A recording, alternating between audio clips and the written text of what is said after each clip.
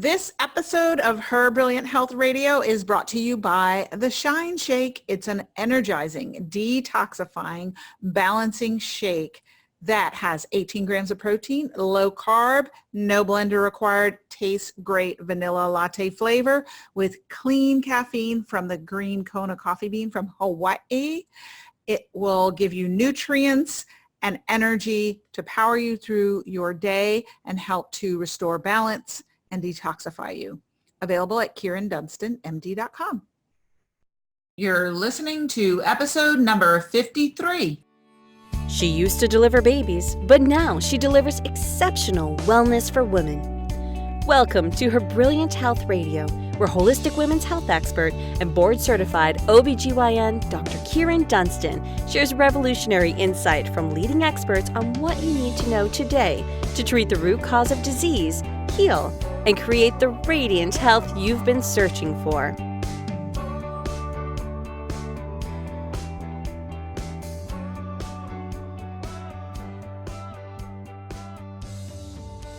Hey, it's Dr. Kieran here for another episode of Her Brilliant Health Radio. Thank you for joining me today. Very excited to talk to my guest, Jennifer Fugo. Jennifer is a clinical nutritionist empowering women who've been failed by conventional medicine to beat chronic skin and unending gut challenges. Because she's overcome a long history of gut issues and eczema, Jennifer has empathy and insight to help her clients discover missing pieces and create doable integrative plans. Simply put, Jennifer believes that you deserve better. That's why she launched Skinterrupt.com to interrupt the failed conversation about chronic skin problems with helpful alternatives that you aren't being told about.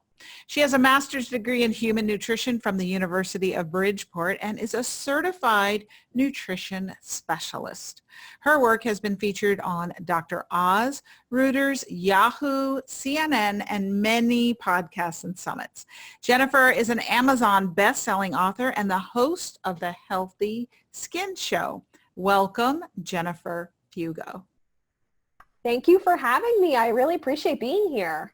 So glad to have you come and talk to us about Skinterrupt and skin problems and natural diagnostics for skin problems and treatment for skin problems because, as you know, skin problems are huge. And it's so frustrating as a clinician who treats the root cause of disease to constantly work with clients. And I find even after I educate them about, well, that's due to internal problems, they'll go to the dermatologist and come back and say, well, the dermatologist gave me this to take. And I'm like, have I taught you anything? It's about root cause. So, but what got you started being interested in this? Honestly, it's because I had eczema on my hands. It's a specific type of eczema called dyshidrotic eczema where you develop these, they almost look like little tapioca beads that sit under the skin. And I had noticed them on all fingers of my middle finger initially. And then I was in the last year of my grad school when I started to experience flares where the area around where I was seeing all these little like crystal beads under the skin would start to become really inflamed, very itchy. And then eventually they would start to almost like break open and it would ooze and pus and itch. It was just awful. And it started on the inside of the middle finger and then slowly spread with time, even though I was using a topical steroid cream that I got from a dermatologist. And I'll tell you something, for a number of years, I just I got the regular runaround. I was like, how is this all that there possibly is? It's just steroid creams. And the doctor had told me to put Vaseline on my hand. She was like, put the steroid cream on your hand and then cover it in Vaseline. And I'm like, how do you expect me to do that? Like, that is so, A, it's a petroleum derivative. B, like, it's going to get everywhere. Like, how impractical is that? And she's like, well, you can wear gloves or something. And I'm like, for real? Like, this is where we are at this time? And I hate to interrupt you, but I have to, because example of where medicine is. I talked to a woman the other day that I was doing a regular medicine consult on, and she told me that her doctor had her drinking a glass of red wine a day for her anemia. And I was like, where did he go to medical school?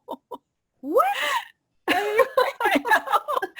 So sorry to interrupt. Go ahead. No, it's okay. I think sometimes they try to some degree. I've had clients where the dermatologist takes their shirt off. This one gentleman said the dermatologist took his shirt off to show me he had eczema all over his back too, trying to like make me feel better. And I'm like, that wouldn't make me feel better if he hasn't been able to figure out in 20 years he didn't work on himself. It's sort of strange to me. That's hysterical. But I think one of the things is that, you know, dermatologists to some degree, they're not really looking deeper. There are some really great ones out there. I don't want to generalize and say that all dermatologists are horrendous. I've had some wonderful dermatologists on the Healthy Skin Show, but generally speaking as a whole, I think dermatology really fails the people like myself and others who go through this process because they don't empathize with the level of suffering that can come with having rashes that come and go or stay for exorbitant periods of time, the suffering at a mental, emotional, and physical level that really, to some degree, I had described as being just quite a hellish experience, to be honest with you. And so because I had it and I eventually started to think about, well, if somebody came to me as a clinical nutritionist, how would I help them? I started to formulate a plan for myself, and it took time. It really did. I think that's one of the biggest things that people need to hear who have skin issues is that healing and reversing that takes time because the skin is like the lowest priority on the totem pole. So if you got other things underneath, you have to address those first before you're really going to see improvements to your skin. And it took about a year to stop the flares, to get the rashes to go away, for the skin to no longer be dry and cracked. And it took another, I would say, about 8 months for my nails to finally grow out and not be pocked and all sorts of wavy and ridged because I got damaged from the eczema. And so, it was really just this personal interest. And then I joined these Facebook groups and saw like pictures of babies, children, and even adults just covered head to toe, and like pictures of them crying and just in pain. And I'm like, why can't we do better? Why can't we give people more options? Yes, we can. And so that's why I said, you know what? I want to share the things that I learned with these people so they can stop suffering, because this is not right. It shouldn't be like this in 2019. We deserve better as a community. And I think one of the biggest failures in medicine in general is the fact that they don't provide you with all of the options. They only give you like the medication options. And I mean, my dad's a doctor, so I understand how that is, but it's important that when you've got skin issues, you want to look at it from a full body perspective, which I'm sure we can talk about today, not just let me treat the skin itself. So let's look at that. What did you discover and what did you do, and what is it that you help people do to find the underlying root cause of these issues? Well, what I found was that for me, I said I was in grad school, so stress was a huge trigger. I mean, a lot of times too, people will note stress triggered my rashes. And it certainly can. Stress is a huge factor. At this moment, I actually consider there to be about 16 different root causes that can cause skin rash conditions. And it's a little overwhelming when you think about that you could have a combination of any number of like usually 3 to 5 of these different root causes. And so for me, it was stress. It was poor diet. I mean, I was gluten, dairy, and egg-free at the time. And I have been so for years. It's an important distinction to make because a lot of people think they got to go gluten-free. They got to go take all these foods out of their diet and that they're going to magically get better. And that's usually not the case, by the way. I had already been that and I developed the eczema. So I had to look in other areas. I just, is my liver able to detoxify what's going on in my gut? I had some gut issues for sure. I wasn't eating well because I didn't have a lot of time to cook. And ultimately, I ended up with some nutritional deficiencies that I really needed to address. And for me, that was what ultimately helped the eczema the most. But other people have completely different routes to rebuilding their skin. And so I don't want someone to get the impression that you can just do what I did and you're going to get better. A lot of my clients have all different types of reasons that I never personally experienced, like elevated histamine all the time and they're itchy and sleep with ice packs and things like that. I didn't have that. I did wake up in the middle of the night scratching. And so I had my white gloves, I had all these salves, I had everything, a box full of products. Right. But ultimately, the thing is, you have to think about the fact that the skin is connected to everything else.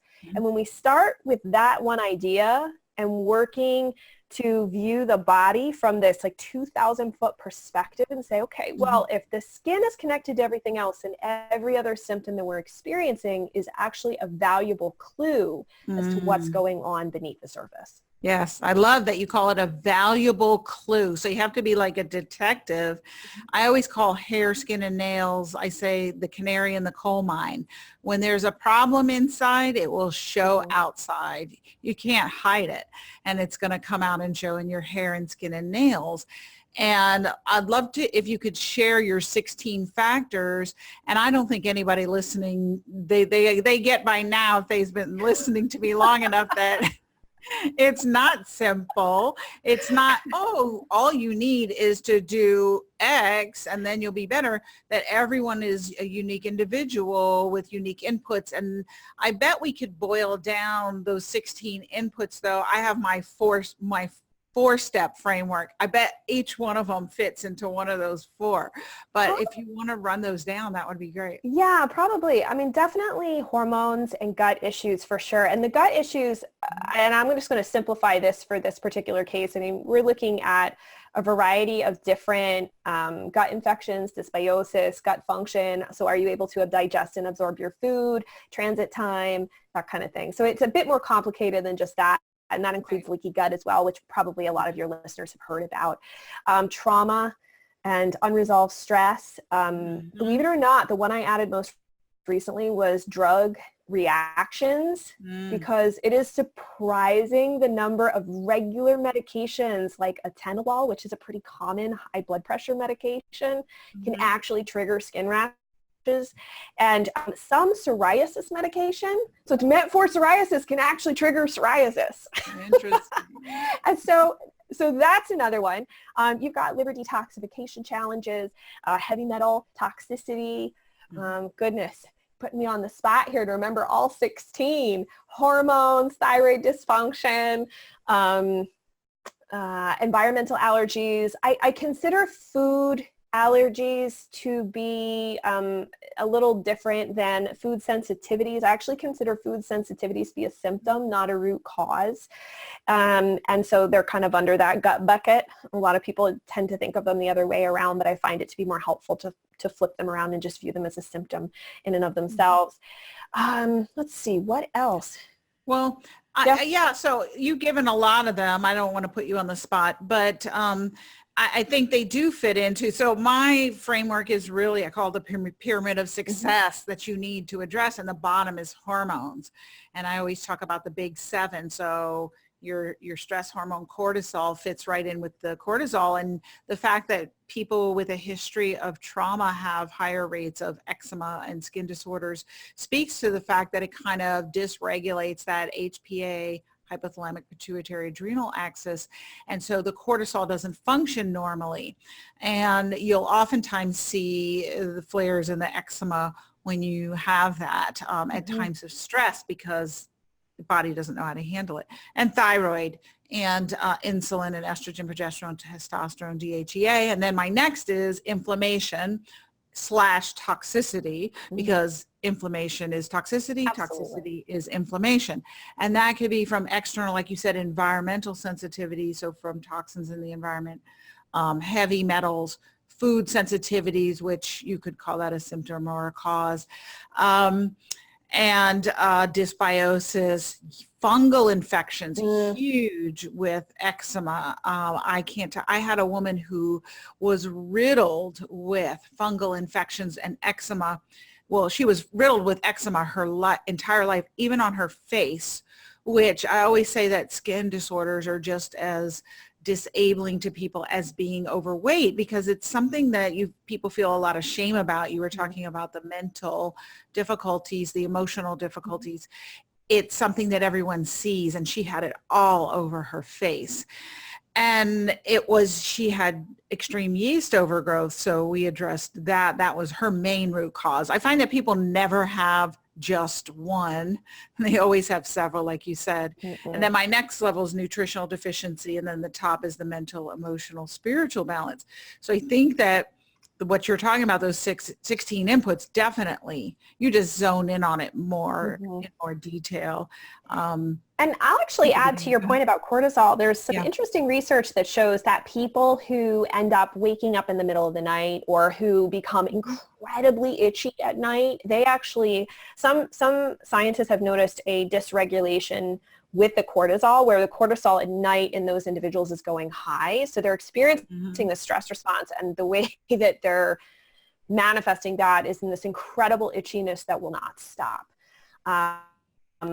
And, there's also, too, to add to your other point about the fact that people are really suffering, there's also been some research, and I do share this just because the people listening to this have probably dealt with a lot of looks, stares, comments from people that are not kind and that are judgmental or opinionated in a way where they think you don't know how to wash your hands correctly, or you don't know what moisturizer to use. Like, they think it's a very simplistic answer to your problem, and it's not. And the only reason I share this is there is a tremendous loss in the quality of life that's been studied repeatedly in those who have chronic skin issues. And there's even a really significant, like in eczema, and this actually was a study that was released in December of 2018 in JAMA Dermatology. They were able to demonstrate that there's a 36% increased risk of suicide attempts in those with eczema. And what's scary is that 1 in 8 of those people had seen their doctor within a month of attempting suicide, just for the skin rash issue. So for people listening who are feeling like you're at the bottom and you're like, where do I go from here? Number one, you are not alone in this. There are a lot of people feeling very frustrated. And number two, you don't have to be alone in this. There are groups online that you can connect with, and it's imperative that if you're really feeling hopeless, you need to find somebody to talk to, because it is hard sometimes to connect with people who have never had skin rash issues and they don't quite understand. And, they mean well, but they have a difficult time empathizing. And so that's why I think I think the other piece too, as I was saying, is there's not being told that you have other options beyond the steroid cream, which then people get addicted to, and their skin gets really upset when they go cold turkey off of it, and they end up with that red burning skin syndrome, which can take like a year sometimes to finally resolve. There's just, otherwise they're like, oh, they have the biologics and the immunosuppressants, you could try those. And it's like, I don't understand how that's a legitimate option, when instead you could say, okay, hey, let's take a step back and look at your health as this full, complete picture. Let's look at all these different facets. Because, for example, I'm sure you know keratosis pilaris, which I've had a lot of clients who also have that. So that's where you get this chicken skin on the back of the arms, for example. It tells us that your body is probably needing vitamin A. And vitamin A is really important for your thyroid, it's important for your eyesight, and it's really important for your skin. And so if we started to say, okay, this is what I was saying, like, if we look at those clues, those signs and symptoms as these little breadcrumbs that your body is leading you down toward an answer, because it communicates in a much different way than we would love it to. We would love like a printout. Tell me exactly what's wrong. Right. But it doesn't do that. And so we have to be patient. We have to have some love for ourselves in the way that we would treat our child, so to speak, and say, all right, you know what? My body's trying to tell me something. I need to tune in. I need to listen better so that I can actually help it. Right. Yeah, some great points that you brought up. I do want to just make a comment that we don't mean to throw your doctor under the bus. No. your doctor Yeah. is really very intelligent and very well educated and doing the best that he or she can. And I have patients all the time ask me when I tell them about these things that we're talking about, why didn't my doctor tell me? And the answer is because they don't know.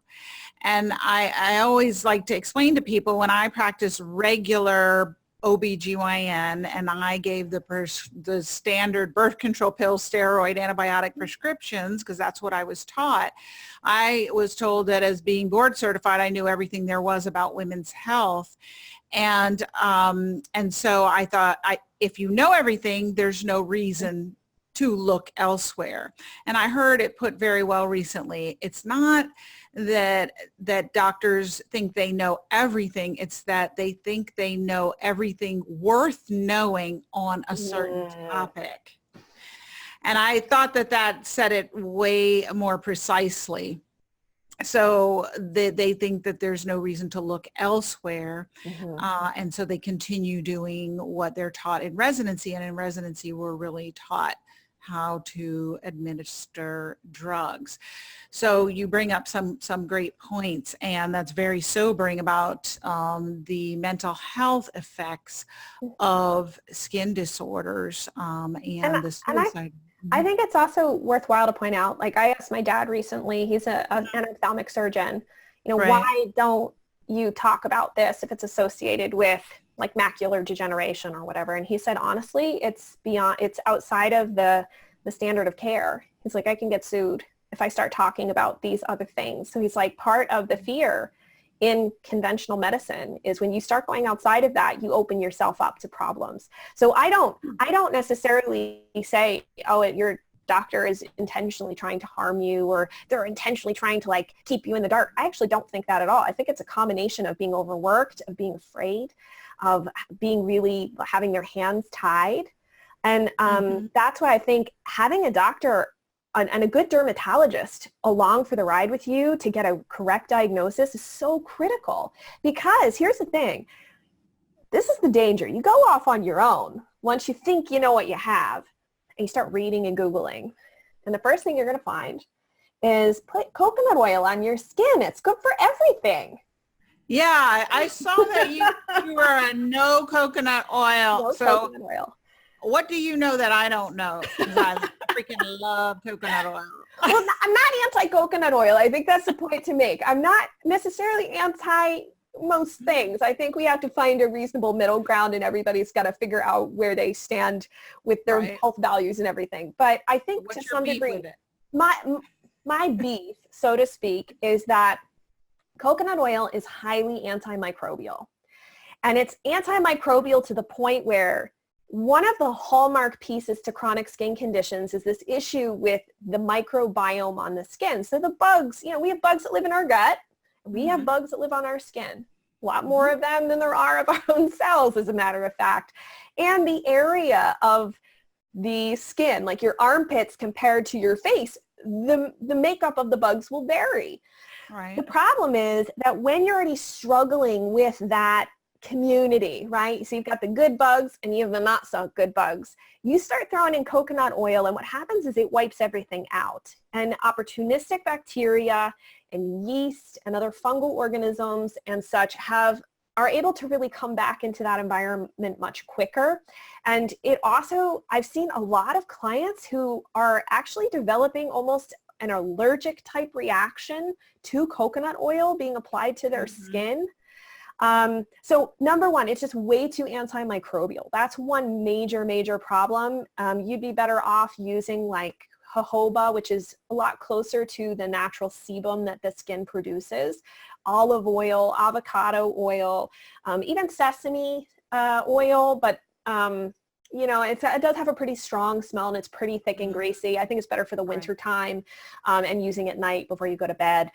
But those would be better choices. Also, coconut oil is so saturated, it's very difficult for your skin to actually absorb it. So it sits on top of the skin almost like saran wrap would, and it prevents the skin from being able to properly breathe.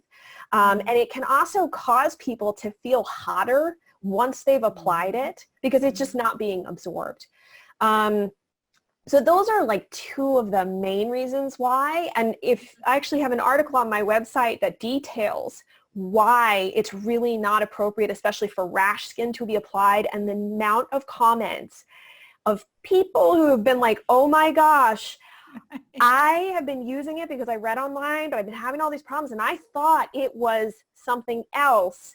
And I stopped the coconut oil and I realized it was the coconut oil this entire time. So there's even massage therapists. Yes, and I have experienced people becoming sensitive to it and then having skin rashes because of gut issues and such. So it's good to know, it's got medium chain triglycerides, good for your brain. I'm like, I need that in my brain. But you can get it other ways. And so what are other good tools, natural tools that you like to recommend for people for skincare, for cleansing, for hydration and things like that? Well, I'll say this. I think most people are using very harsh cleansers and they're making it too complicated. There's a whole process called oil cleansing, which is really easy. You basically take the oil, you rub it on your face, you get a hot washcloth and you wipe it off, and that's it. And believe it or not, it doesn't dry your skin out. So if you've got skin that's really dry, it's nice. It does wipe the oil off. It does. You'll even look at the washcloth. You can see that there is dirt and things that have been removed, but it doesn't remove the moisture from the skin. And so I have a couple of different products that I just personally use, but they're really just oil blends. There's nothing fancy to them. Also like milk, they're called milks, but they don't have milk in them. So it's like a milkier substance that does not foam. A lot of the foaming agents are very harsh. And if you've got sensitive skin, that can be a real problem. I would also tell people, if you're just like, oh, I'm just going to wash my skin with water, don't do that. You're not really going to clean your skin appropriately. You're just not. It's also very drying. That's why I would just say the oil cleansing is the easiest method. I know for people, like for me in the beginning, I was like, oil on my face? I'm not putting oil on my face. You know what? It is one of the most, it's one of the easiest, simplest things to do. And also too, if you find you're sensitive to a lot of things, because you can just get like a single oil, like you could get jojoba oil, or you could do it with olive oil. It doesn't really matter. Just not mineral oil. No mineral oil, people. And not essential oils, people. Not essential oils. And you should never put essential oils on skin rashes. That is another no-no. I'm not an essential oils expert, but everyone that I have spoken to has said you do not apply them directly to skin rashes. That is like a no-no thing to do. And you also have to be careful with salves that have menthols in them. Those are not good to apply to skin rashes because they can burn.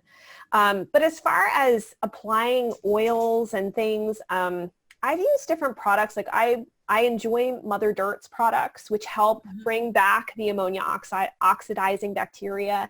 They're sort of like considered the little bouncer. We like in the gut, we say, well, there's bouncers in the club that help maintain the healthy microbiome balance. They're sort of like that. They've been lost with time. So I really enjoy their products.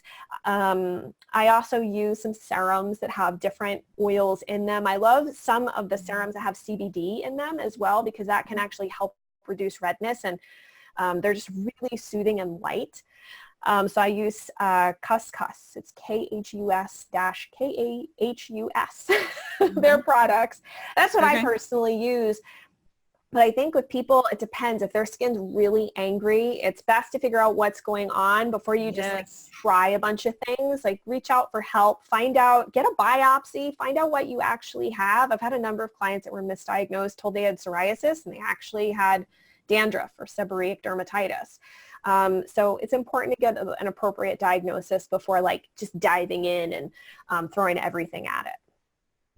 Yeah, and everybody needs to understand that if you're using one of these detergent cleansers, you're actually drying out Yep. the skin, you're removing the natural moisture, you're removing the natural bacteria, and then you're going to be stuck with dry skin with no skin biome, and you're going to need lots of product to try to get that back. And so a lot of what we do with our hair, with our skin, is we remove what's healthy and then we're stuck trying to replenish it when the body really does a pretty good job of cleaning itself for the most part. Now, that doesn't, when I say that, I don't mean because we're so full of toxicity in this day and age, you've got to help your liver get rid of some stuff. And I was thinking when you were talking about the patient with the itching at night, the itching, and when the first thing I think of with itching, it has to do with liver and poor detox.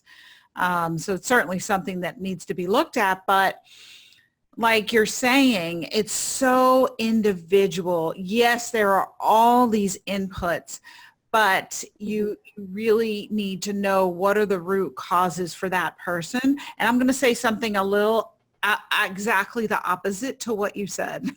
So you say it's important to get a correct diagnosis. Go ahead. I almost think it doesn't matter what the clinical traditional diagnosis is, because if you're going to treat it from a functional cause, what you're interested in is what are the abnormal functional inputs, and you're looking at all of those the same in everyone, kind of going through your Rolodex like, oh, is it estrogen, progesterone? Do they have yeast? They have fungus, right?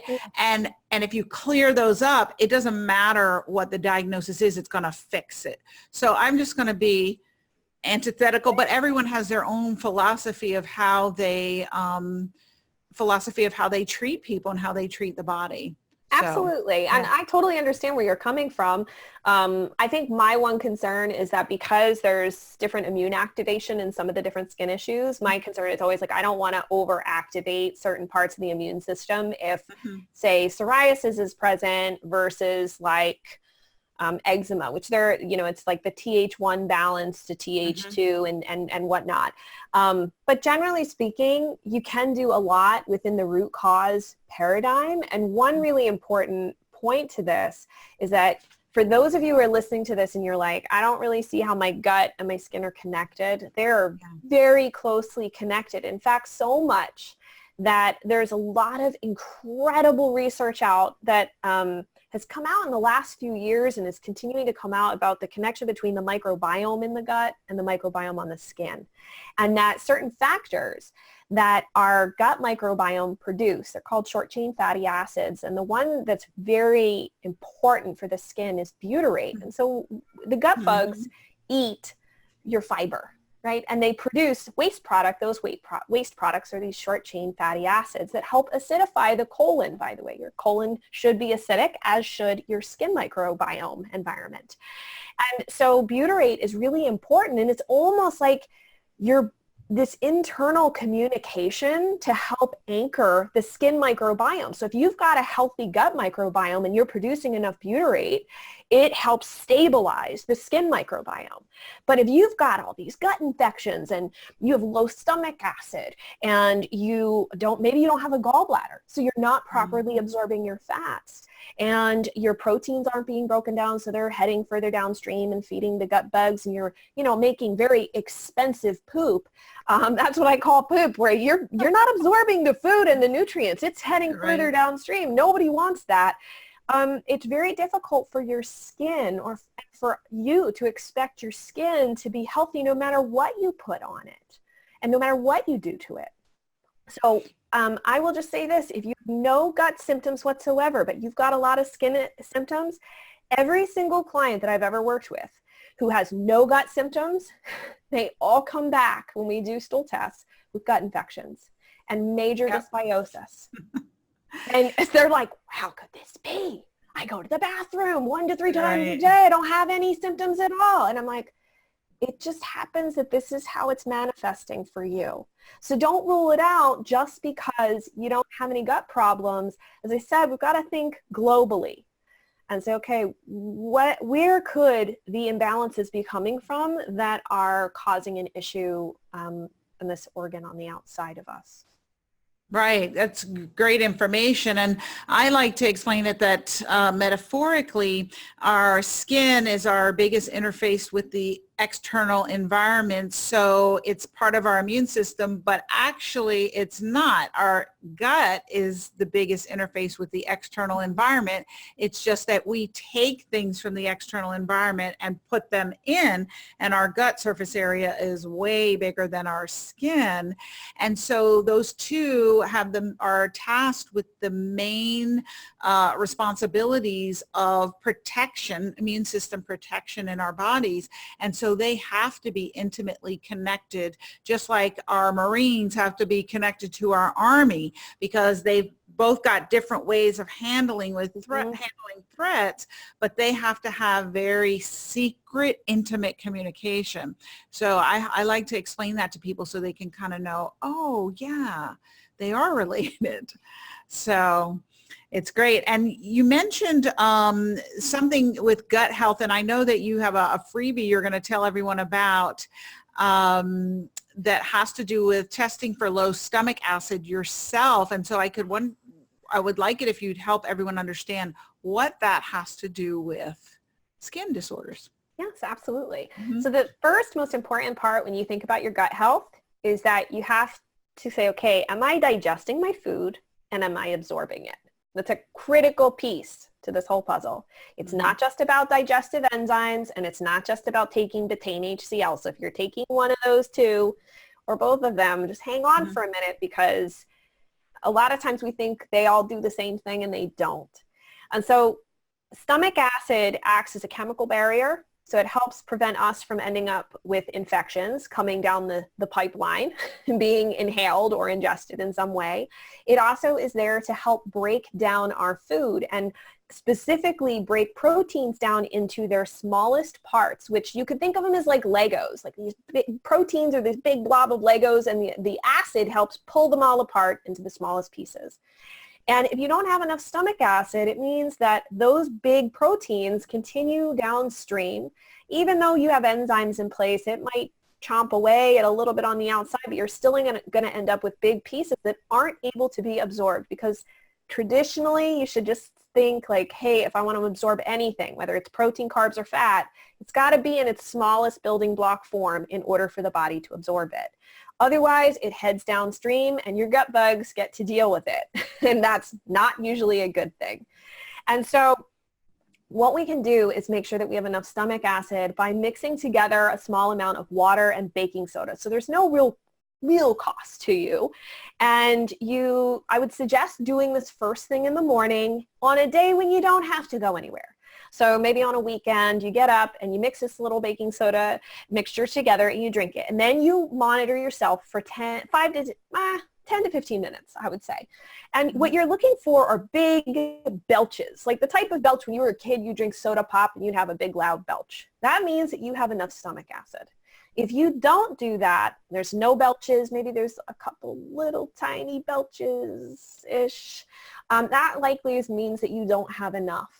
And so when food's coming down the pipeline, there's not a whole lot there. There may be a bit more produced as a result of some of the signaling because of satiety and the way that our body is produces different hormones to trigger different things to happen. You may have some extra stomach acid, but I found that most clients don't when we do stool testing. So there's a pretty good accuracy with this. And if you don't have enough stomach acid, my recommendation is, especially if you don't have a gallbladder or you notice, you should be looking at your poop, by the way, for anybody who's listening. It's a barometer of the body. But if you notice that there are greasy streaks or fatty clumps in your stool, that can mean that you're not absorbing fats either. If you don't have a gallbladder, for sure, you're not absorbing fats optimally, which is critical because every cell in our body is surrounded by a lipid bilayer, and it's fats. So we need to absorb fats. And using some sort of typically like a full spectrum digestive aid that includes betaine HCl, digestive enzymes, and bile. Usually you find it as like bile salts or ox bile in a product. That can be really helpful to helping to regulate that digestion and absorption phase of digestion or of our GI tract. so to speak. And so the freebie will show you and explain to you very quickly how to do this and walk you step by step. I'll just tell you this, a very small percentage of people, sometimes you get a little rumbling in your tummy, and in a hair of people, they will end up with like one bout of diarrhea afterwards. Doesn't mean anything, but just to let you know, that's why I'm like, do it on a day when you're not headed anywhere. And then it's usually over. But if you know you have ulcerations, I would say probably don't do this. Don't mess with your digestive system. Talk to your doctor. But if you don't know that you have any ulcerations or anything like that, it's a pretty benign type of thing to try out. I love that, a home test that you can do. And I know we're running out of time, and I wanted to get to ask you this, but maybe you could we'll put the link for your other freebie on the testing that people can do for rash root causes in the show notes. Absolutely. So they can go there and download that. So if you want to talk about that just a little bit, and then that would be great. Yeah, basically there's a lot of tests that you can do that can help you or your practitioner. I'd say if you've had rashes for a long time, it's best to find some help, because when you start going down the functional medicine route, it's better to get somebody who can help you, guide you on that process. But there are functional tests that can be really incredibly helpful. And then I also have a link within there that also talks about conventional labs that can also be very useful in understanding what's going on with your skin, and it explains each one and why you could go to your doctor and actually ask for them. Many of those regular blood labs are covered by insurance, which is really nice.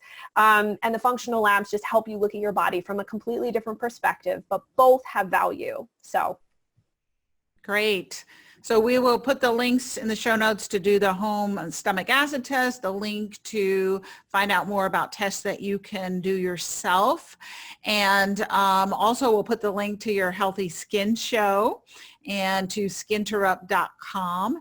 And thank you so much, Jennifer, for your journey and for the work that you're doing to help people heal from these skin issues that really don't get the attention they deserve and really need to be treated more appropriately and holistically by the medical community at large. So thank you for spearheading and leading that charge. So if you're having rashes and skin problems, what would your top 3 things be? Because we've covered a lot. First, yes, do the stomach acid test for sure. Got it. Use stop using coconut oil. Don't put coconut oil on your skin. And if it's in products, I would say stop using those. And number 3, I would tell you to start doing breathing exercises every day. They are an excellent way to help reduce stress and to tell your brain that you are safe, that everything is calm, and that you don't need to be freaking out, because that cortisol imbalance, you got to manage it somehow. And breathing is free. 2 minutes can do an amazing amount for the body. I endorse that wholeheartedly. I talk about it all the time. So thank you for bringing it up when it comes to skin. And lastly, and you have beautiful skin, by the way. Thank you. The name of the podcast is Her Brilliant Health. What does that mean to you? Her Brilliant Health means to me that we want to live in a space where we are empowered to live and love on our own terms. Yes, I love that. We do, on our own terms. And that means having the brilliant health to do what we want, and then we can live and love the way we want.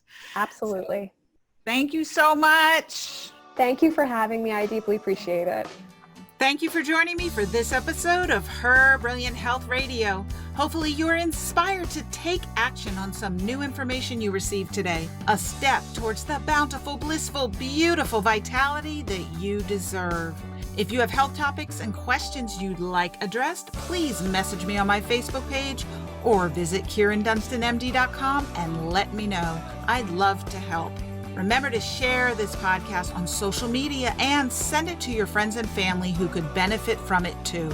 If you love the show, please go right now to iTunes, write a review, and make sure to subscribe to the podcast so you'll be the first to know when future episodes are available. Thank you again for joining me, and remember, achieving optimal health isn't magic, it's science.